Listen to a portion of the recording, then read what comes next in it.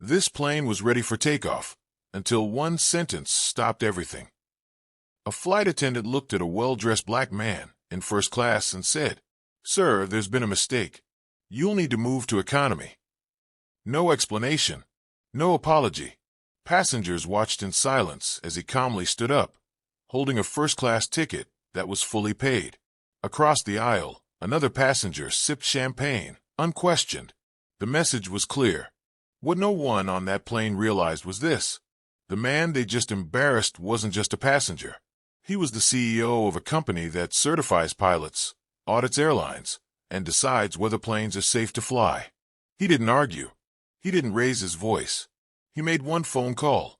12 minutes later, the captain would be fired, and the plane would be grounded. This is the story of how assumptions at 35,000 feet cost someone their career, and why you should never judge who's sitting in the seat. The cabin went silent the moment the flight attendant spoke. Not the normal silence of passengers settling in, but the kind that feels heavy, uncomfortable, like everyone knows something is wrong, but no one wants to say it out loud. "Sir, there's been a mistake," she said, forcing a polite smile. "You'll need to move to economy." Every sound seemed to fade. The hum of the engine, the chatter, even the clinking of glasses. Heads turned instantly. Some passengers stared openly. Others pretended to scroll their phones while listening to every word.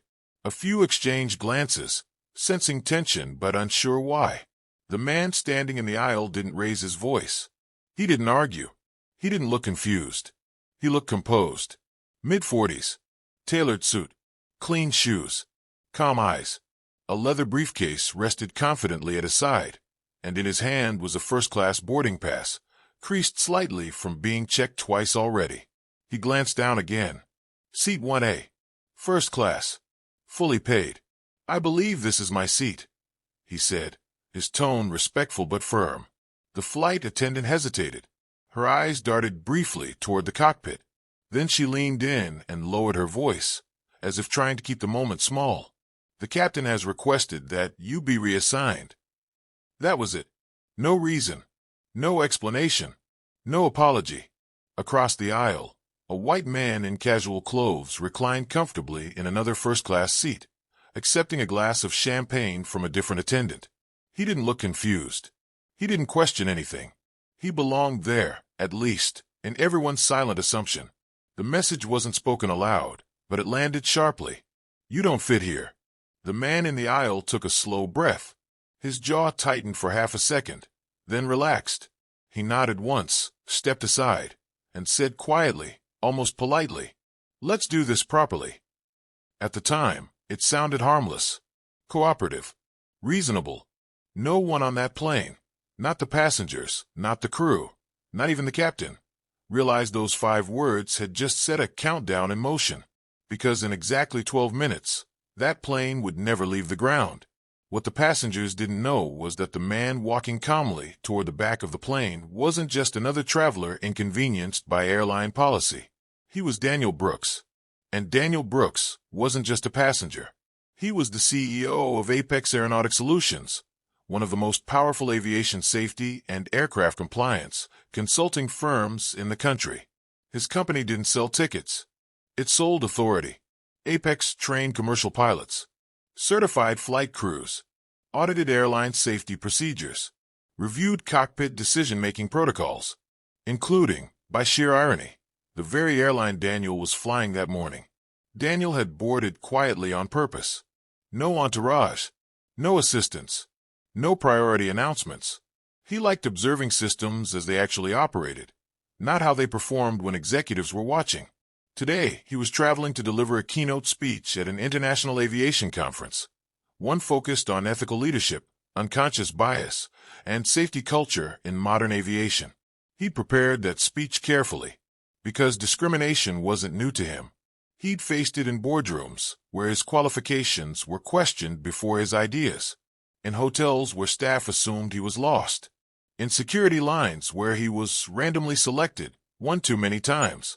But this moment felt different. This wasn't subtle. This wasn't hidden behind paperwork. This was public, casual, almost careless. As Daniel walked down the aisle toward economy, Whispers followed him like turbulence. Did you see that? That didn't feel right. Why him? He took a seat near the back, buckled in slowly, placed his briefcase under the seat, closed his eyes, not in anger, but in calculation. Then he reached into his jacket, pulled out his phone, and unlocked it. He didn't scroll.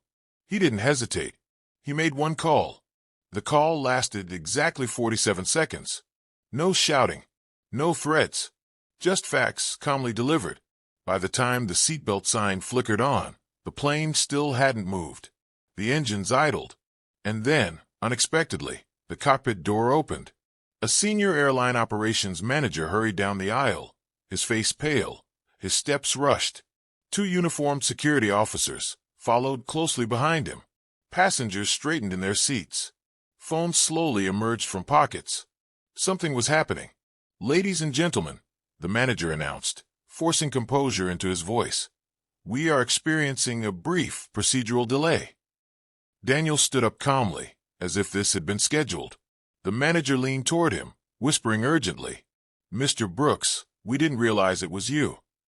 Daniel raised his hand gently, stopping him.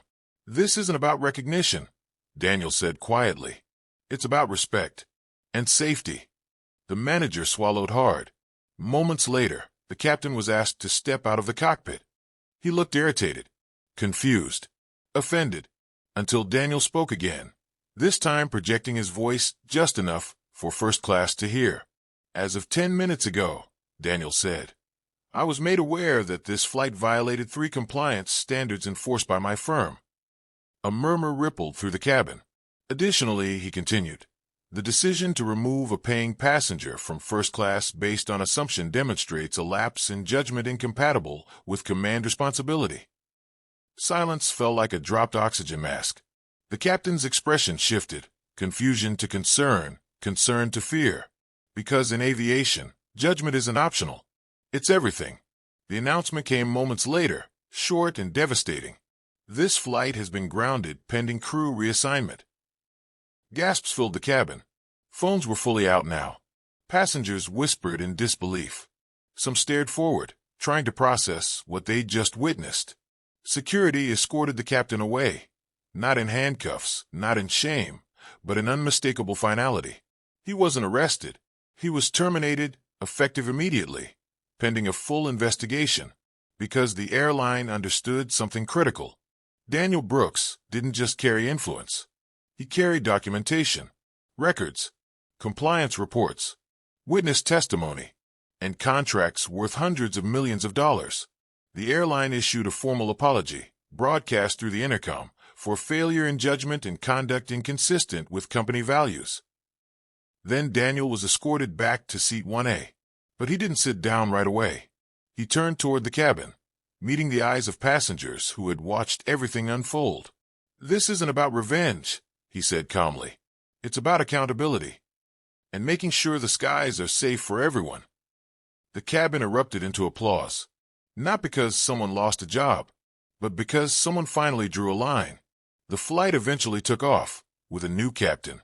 But it wasn't the same flight anymore. The story spread online within hours. Headlines exploded. Clips went viral. Comment sections filled with debate, support, and reflection. But Daniel didn't celebrate. When a reporter later asked how it felt to have that kind of power, Daniel replied simply, "I didn't ground the plane. His mindset did." That sentence traveled farther than the aircraft ever would.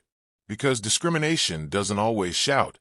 Sometimes it whispers through mistakes, through assumptions, through quiet decisions people think will never be challenged, until they are. And sometimes, the person you underestimate is the one who writes the rules, signs the contracts, and decides whether you're cleared for takeoff. Never judge who's sitting in the seat. You never know who owns the sky. If this story made you think, if it made you angry, or if it reminded you how powerful respect and accountability truly are, then make sure you like this video so more people hear stories like this. Subscribe to the channel for powerful real-life inspired stories that reveal the truth behind success, bias, and silent strength. And comment below. Backhand index pointing right, what would you have done in Daniel's place? Because sometimes the quietest person in the room, is the one who controls the entire runway. Thanks for watching. See you in the next story. Airplane Fire.